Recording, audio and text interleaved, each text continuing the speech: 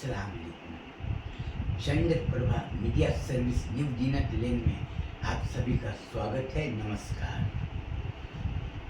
आप लोग हमारा वीडियो को देखते हैं और सुनते हैं। सुनने के बाद में बहुत से लोग मेरे को सुझाव भी देते हैं, सुझाव भी देते हैं और वो काम मैं करता हूँ। और आप लोगों को मालूम है कि मैं हजरत आमीना इस्लामिया मदरसा ग्रुप बी तबलीगी जमात का है, मदरसा चलाते हैं। और मदरसा चलाने के लिए हमने जो योजना बनाया है कि अपने को मदरसा चलाना है तो व्यापार करना चाहिए, तिजारत करना चाहिए और मेहनत करके कमाई करना चाहिए और मेहनत की कमाई से मदरसा चलाना चाहिए। हमारे मदरसे में पढ़ने वाले बच्चे को हम जो तालीम दे रहे हैं और मदरसे में पढ़ाने वाली जो लीडर्स है वो अपना काम कर रहे हैं पूरी जिम्मेदारी के साथ। मैं हजरत आमीना इस्लामिया मदरसे में पढ़ने वाले बच्चे को मैं यही संदेश देना चाहता हूँ कि हमारा मदरसा करीब आज 35 साल से चल रहा है और कितने बच्चे पढ़कर निकल गए और जो बच्चे पढ़कर निकल गए तो वो भी अपने शादी हो गए, बाल बच्चे को पाल रहे और सही काम कर रहे हैं। और हमको खुशी इस बात की है कि मदरसे में पढ़ने वाले बच्चे जो पढ़कर निकल गए, कई हजार बच्चे पढ़कर निकल गए, लेकिन उन्होंने कोई ऐसा काम नहीं किए कि मेरी बदनामी हो या मेरे को कहीं पर शर्मिंदगी उठाना पड़े या हमारे को कोई अपमानित करे। किसी ने नहीं किया। शिक्षा प्राप्त करने का मूल उद्देश्य है कि छोटे छोटे बच्चों को शिक्षा दिलाना है। उसका मूल उद्देश्य ये होता है कि वो अच्छी तरह से शिक्षा को प्राप्त करे, इल्म को हासिल करे और इल्म को हासिल करने के बाद में वो अपना अच्छे और बुरे दो चीज़ की वो पहचान करे।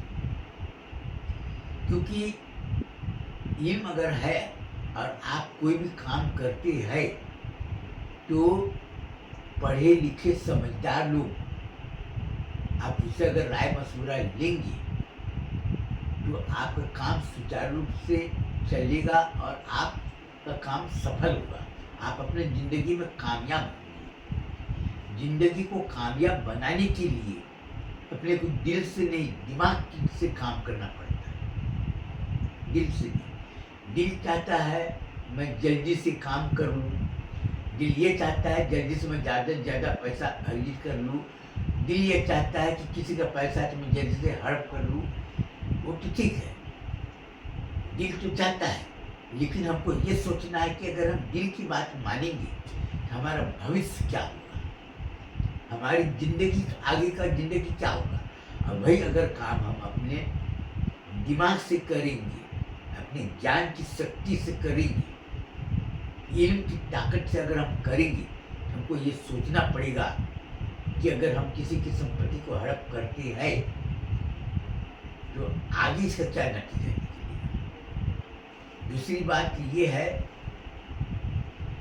कि जिसके पास में चरित्र, विश्वास, सहयोग, स्नेह, प्रेम और लगन परिश्रम जो बोलते अगर नहीं है उसके जिंदगी कोई काम करने चाहे तुम कितने भी अच्छे दौलत वाले हो, तुम कितने भी पढ़े लिखे हो, सब कुछ है। आज आपको ये बताना चाहता हूँ कि बहुत से लोगों ने हमको सुझाव दिए हैं कि अजुआ भैया आप जात के ब्राह्मण हैं, आप कई जगह प्रवचन किए हैं और आपने जो प्रवचन किए हैं उसका आने वाला भविष्य में लोगों ने अपनी जिंदगी अच्छी बनाई। हम प्रवचन करते थे, औरत लोग बैठते थे। हमारा प्रवचन करने का मूल उद्देश्य क्या था? औरत को सही जानकारी देना। औरत को क्या जानकारी देना कि तुम अपने बच्चे को अच्छी शिक्षा दो, अच्छे संस्कार दो और उसके सिद्धांत के अनुरूप उसको चलने के लिए बोलूँ तो वो सफल होगी। तो औरत अपने बच्चे को, हमारी प्रवचन सुनने के बाद में औरत अपने बच्चे को अच्छी शिक्षा देती थी और उसमें अच्छे संस्कार भरती थी। आज आप देख लो,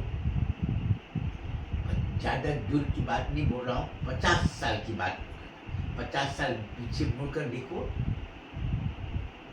कि औरत अपने बच्चे को जो शिक्षा देती थी, उसका बच्चा चरित्रहीन नहीं होता था, उसका बच्चा मेहनती था। भले गरीब हो चलता, गांव वाले हो चलता, लेकिन किसी को धोखा नहीं दिया, किसी की बहू बेटी को बुरी नजर से नहीं देखा।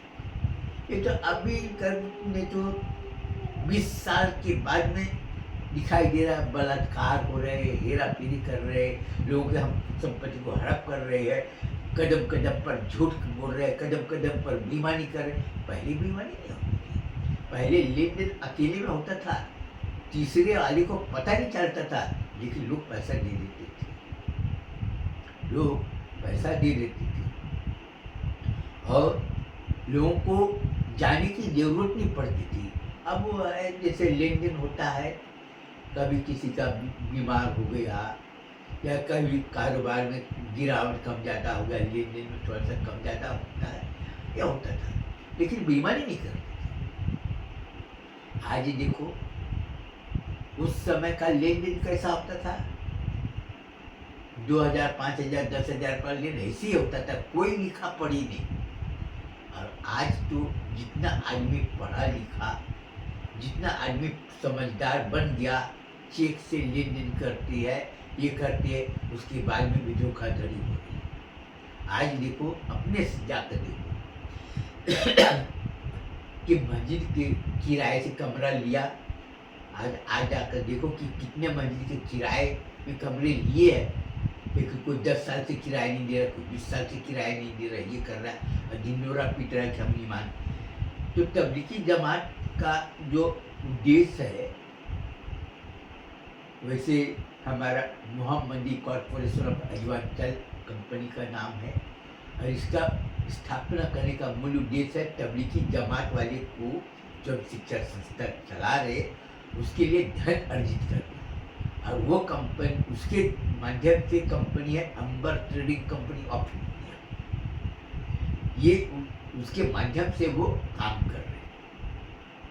और मुस्लिम welfare development corporation of India ये प्रदर्शनी कर रही।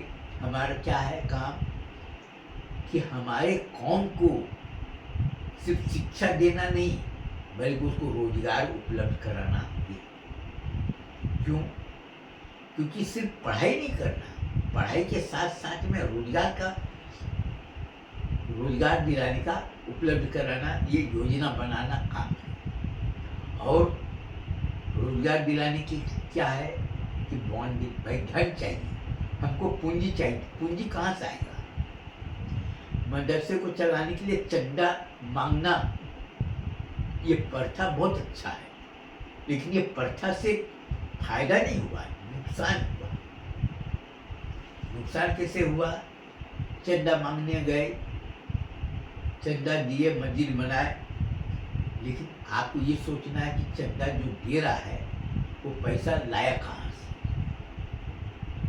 जैसे कोई भी आदमी हो अपने घर में खाने पीने का सामान लाता है, सब्जी हो या फ्रूट्स हो, सब लाता है तो देखता है कोई खराबी तो नहीं, कुछ ये तो नहीं। कोई दुकान में अगर लेने जाता है तो देखता, देख भाई अच्छा अच्छा देना, सड़ी हुई चीज़ मत देना। उसी तरह से मस्जिद में जो पैसा है, आज देखो कितने लोग पैसा मेहनत की कमाई नहीं बल्कि झूठ बेईमानी का पैसा, इसलिए मस्जिद में कोई रौनक नहीं दिखाई दे रहा।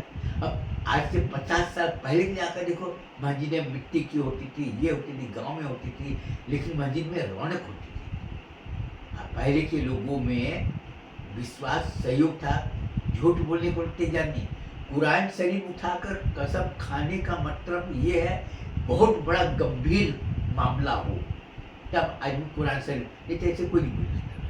लोग ऐसे बोलते, उससे हमारा टूटू में हुआ जरूर है, लेकिन वो बेईमानी नहीं करेगा,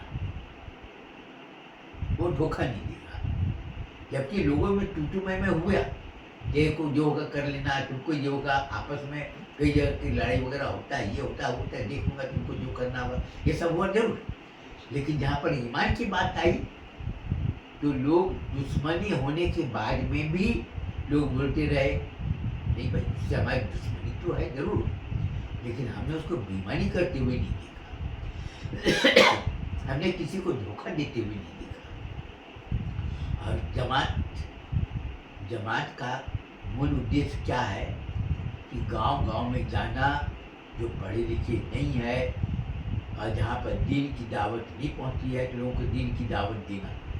तो दीन की दावत देने का मतलब सिर्फ नमाज पढ़ना नहीं, कुरान शरीफ पढ़ना नहीं, रोज़ा रखना नहीं, ये नहीं, बल्कि दीन की दावत देने का मतलब ये है कि हमको लोगों को ये बताना है कि तुम किसी के साथ में झूठ मत बोलो, तुम किसी को धोखा नहीं देना। और आपस में मान लो अगर टू मैं अगर हुआ, कोई प्रकार के विवाद हुआ, कोई मसला हुआ, तो क्या है कि मस्जिद में दो तरफ बैठते, एक उसका और एक इसका, कि भाई ये हो, वो मसला हल करने में आसानी है। आज क्या छोटे छोटे बात में पुलिस स्टेशन जाके कोर्ट कचहरी का नतीजा क्या हुआ, तुम्हारा टाइम भी बर्बाद हुआ, पैसे भी बर्बाद हुआ, लोगों की नज़र में लोग तुम्हारा उपहास मजाक उड़ाए, अरे ये ऐसा किया, ये ऐसा किया, तो क्या हो। और वही काम अगर हम चुपके से करें अपने मस्जिद के अंदर में, हार और जीत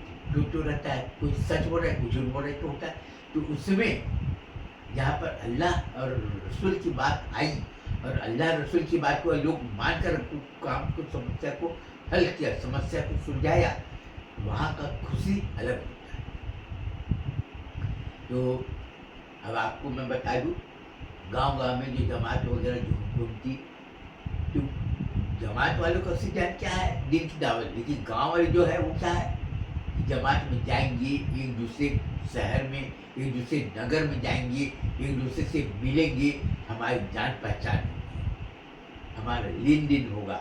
अभी देखिए जमात में जाने के बाद में क्या हुआ कि जमात में जाने के बाद में मदरसे खोले, दीनी तालीम हुई, हाफिज बनना चालू कर दिए, और साथ ही साथ बाहर के निकले, गांव वाले जब बाहर निकले, कोई जूता दुकान में, कोई किराने दुकान में, कोई कपड़े दुकान में, कोई मोटर गैरेज में, सब काम लिखे और धीरे धीरे अपना ज़िंदगी को बनाए। तो ज़िंदगी बिल्कुल आसानी से बन सकती है, पढ़ा लिखा हो ना हो, बिल्कुल आसानी से। लेकिन अगर पढ़ा लिखा हो तो ज़िंदगी आसानी से बनने के साथ साथ में कई रास्ते और खुलते हैं। आप लिखना पढ़ना सीखेंगे, लोगों को नाम पता लिखना दिखेंगे, आप उस, तो क्या हुआ कि अभी आप देखिए कई लोग कोचिंग बोलते हैं ना, ट्यूशन रोज 1 घंटे हिंदी अंग्रेजी पढ़ने लगे, लिखने लगे। गैरेज में अपना मोटर पार्ट्स का नाम याद हो गया, अंग्रेजी में लिखने के बाद में मोटर पार्ट्स का काम बेचना चालू हो गया, गैरेज में गाड़ी बनाने का काम चालू हुआ, जिससे कई लोगों को, जबकि कभी स्कूल नहीं गए, लेकिन वो लोग अपना गैरेज बनाए, और गैरेज बनाने के साथ में 4 लोगों को रोजी रोटी जोड़े। इससे क्या हुआ कि अपनी एक अलग पहचान बनी। अब आपको ये जानकारी मैं ये देना चाहता हूँ कि जैसे कोई आदमी पूछा कि भाई तुम्हारे पास में तो कुछ नहीं था, तूने जमीन कहाँ से खरीदा, ये घर कहाँ से बनाया, तो पूछे। अब जमात में घूमने से क्या हुआ कि जान पहचान जब बढ़ी, तो बाजार में कोई किराने की दुकान लगाना चालू कर दिया, कोई कपड़े की दुकान लगाना चालू कर दिया, कोई जनरल स्टोर लगाना चालू कर दिया, कोई कुछ लगाना चालू कर दिया। इससे क्या हुआ, रोजगार बढ़ी, जूते चप्पल की दुकान लगाना चालू कर दिया, जिससे क्या हुआ, कारोबार बढ़ी।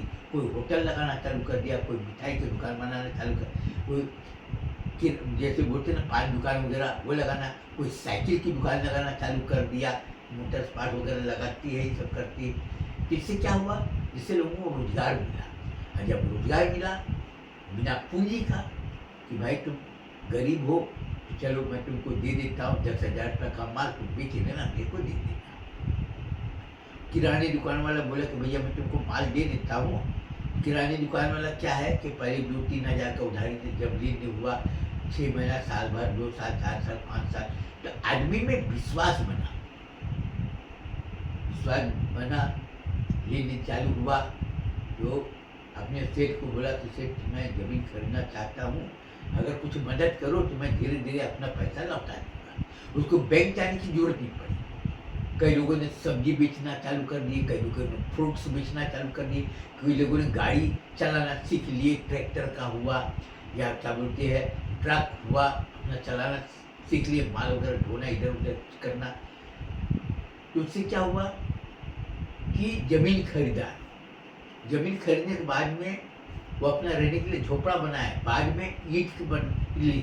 फिर धीरे धीरे उसके बाद में क्या हुआ कि गांव के बाहर में जब प्लाट वगैरह, जो आपको मालूम होगा कि प्लाट बेचते बहुत से लोग 25 एकड़, 50 एकड़, 100 एकड़ जमीन ले लेके प्लाट गिराते हैं। जो लोग आप देखे होंगे बहुत से शहरों में होता है, प्लाट वगैरह लिए, वहाँ पर ज़मीन लिए, अपना बनाया। बहुत से लोग किराए से भी दे दिए कि भाई वहाँ पर। फिर धीरे धीरे वहाँ पर दुकानें भी जमने लगी। इस तरह से एक नगर बस गया। 25 एकड़, 50 एकड़ जमीन लेकर प्लाट डालने के बाद में लोग रहना चालू। तो जब लेन देन हुआ तो लोगों में क्या हुआ, दोनों का फायदा। भाई कोई आदमी, कोई सेठ से अगर माल आप ले रहे, कोई दुकान वाला है जैसे जूते चप्पल वाला है, कोई कपड़े वाला है, कोई किरानी दुकान वाला है, कोई हार्डवेयर वाला है, कोई जनरल स्टोर वाला है, तो वो सामान दिया। क्यों दिया कि भाई ये हमारा ग्राहक बना है, ये हमारा माल ले जाता है, बेचता है। अगर हमने इसको 50,000 रुपये दे दिए तो हर महीना 2,000 रुपया दे देगा। इस तरह से हमारा भी हो जाएगा। और ये इधर उधर तो सेठ ये सोच रहा है, और जो माल ले रहा है वो क्या सोच रहा है कि सेठ जो है ना मेरे को हमेशा साथ देता है, मैं इधर उधर नहीं भटकूंगा और हमारा माल जो है ना देगा, धीरे धीरे अपना काम। तो दोनों एक दूसरे का सहयोग से क्या हुआ, आज हजारों लोगों ने घर बना लिए, हजारों लोगों ने रोजी रोटी से जुड़े, और हजारों लोगों ने अपना नीचे से ऊपर स्तर बनाए और आज कारोबार करे। तो जमात का मकसद क्या है, लोगों में सिर्फ दीनी तालीम देना नहीं, बल्कि लोगों में इखलाक मोहब्बत को पैदा करना और लोगों में ये सोच बताना कि बेईमानी नहीं करना, धोखा नहीं देना है, और किसी के साथ में बद कलामी नहीं करना, और किसी के साथ में हेरा फेरी नहीं करना। इससे क्या होगा कि अपनी कौम और मजबूत होगी। और जहाँ पर अगर झूठ बेईमानी हुआ तो झूठ बेईमानी करने वाला पैसा भले दिखाई देगा, लेकिन वो आज तक कहीं पर भी जाकर देख लो कभी तरक्की नहीं किया। तो यही हम अपने मदरसे को और साथ ही साथ गांव वाले को भी यही मैं संदेश देना चाहता हूँ कि तुम लोग जमात के जरिए तुम लोग बहुत बड़ी काम कर सकते हो। जमात में जुड़कर तुम अपना भविष्य बना सकते। देखो हमारा काम है प्रवचन करना, क्योंकि ब्राह्मण लोगों का काम है प्रवचन करना। हमारा नाम पंडित अजय नारायण मिश्रा, हमने सबको बता दिए, पहले भी हमने बताया और आज भी बताए, और अब हमारा नाम हो गया मोहम्मद अजीज बख्श मिश्रा, और सब लोग मेरे को जानते हैं। और हमने अपने ज़िंदगी में सभी लोगों को यही तालीम दी है कि सीधा सीधा रास्ता चलो, और अपने ज़िंदगी में हमने लोगों को गिरते हुए को उठाए, खड़े आदमी को बिगाड़ी नहीं। हमारा काम क्या है, बिगड़ी हुई काम को बनाना, बना हुआ काम को बिगाड़ना नहीं। आज आप देखिए ट्रैक्टर वाले ने, कई लोगों ने गांव में उबड़ खाबड़ है, लेकिन गांव में क्या हुआ, हमने जब लोगों को प्रवचन किया, हमने लोगों को समझाए कि भाई तुम लोग पैसे जमा करो, रोड बनाना है तो मजदूरी देना है, और ट्रैक्टर वाले को डीजल का पैसा देना, और जेसीबी वाले को डीजल का, बाकी वो सब अपना फिर।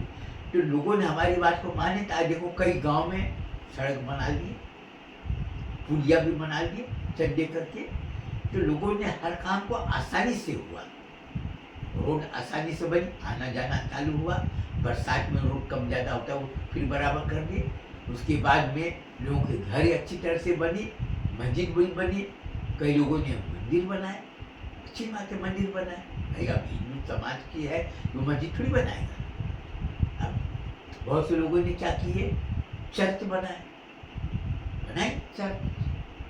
भाई हमारा काम सिर्फ दीनी तालीम देना नहीं, बल्कि सभी समाज को लेकर चलना, और सभी समाज को अगर आप लेकर चलेंगे तो आप हर जगह कामयाब। आज आप देखो राजनीतिक पार्टियां अपने मतलब सुधारने के लिए तरह तरह के काम कर रहे, लेकिन नतीजा आज देख लो आपके सामने में है।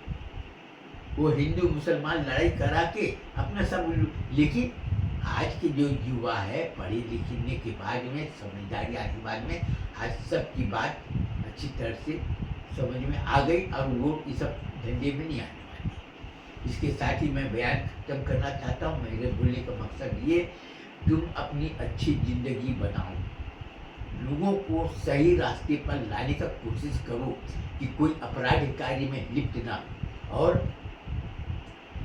अपने शरीर को सुरक्षित रखने का उपाय यही कि तुम नशे से दूर रहो। तुमको शराब नहीं पीना है, गांजा भांग धतूरा नहीं पीना है, बीड़ी सिगरेट नहीं पीना है, तंबाकू नहीं खेलना, किसी तरह का कोई नशा नहीं करना है, और अपने सहयोगियों के साथ में स्नेह प्रेम के साथ ऐसा रहो कि अगर हम दूसरे का सम्मान करेंगे, उन्हें सम्मान करेंगे, हम दूसरे की माँ बाप को इज्जत करेंगे, सलाम करेंगे, अभिवादन करेंगे, वो भी करेंगे, हम दूसरे की बहू बेटी की इज्जत करेंगे, वो हमारी बहू बेटी की इज्जत करेंगे। तो जैसा तुम करोगे वैसा उसका रिजल्ट मिलेगा। और सुखी जीवन जीने के लिए पैसा नहीं चाहिए, बल्कि सहयोग चाहिए। और जिसके पास में सहयोग की भावना नहीं है, तो वो अपने जीवन में पैसा कितना भी कर ले, लेकिन उसका जीवन कोई काम का नहीं, न रात में वो सुख से सो सकता है। अच्छा खाना होने के बाद में भी खाना भले खाए, लेकिन उनको ये चिंता रहेगा, मेरा ये काम बिगड़ गया, मेरा ये काम बिगड़ा, उससे मेरे को खतरा, इससे खतरा। लेकिन जब हम किसी के साथ में बेईमानी करेंगे नहीं, किसी की माँ बहन को बुरी नज़र से देखेंगे नहीं, हम किसी के माल को हड़प करेंगे नहीं, तो हमको किसी चीज़ की चिंता नहीं रहेगी। जब चिंता नहीं रहेगी तो हर जगह हम फ्री घूमेंगे, और जब फ्री घूमेंगे तो हमारे जीवन का आनंद ही देखती बनेगा। कोई भी बोले क्या हाल चाल है, कैसे हो, क्या हो, सब ये। इसके साथ मैं बयान खत्म करता हूँ, फिर अगला वीडियो हम बनाएंगे। तब तक के लिए हमको इजाज़त दीजिए। नमस्कार, अस्सलाम वालेकुम, खुदा हाफिज़।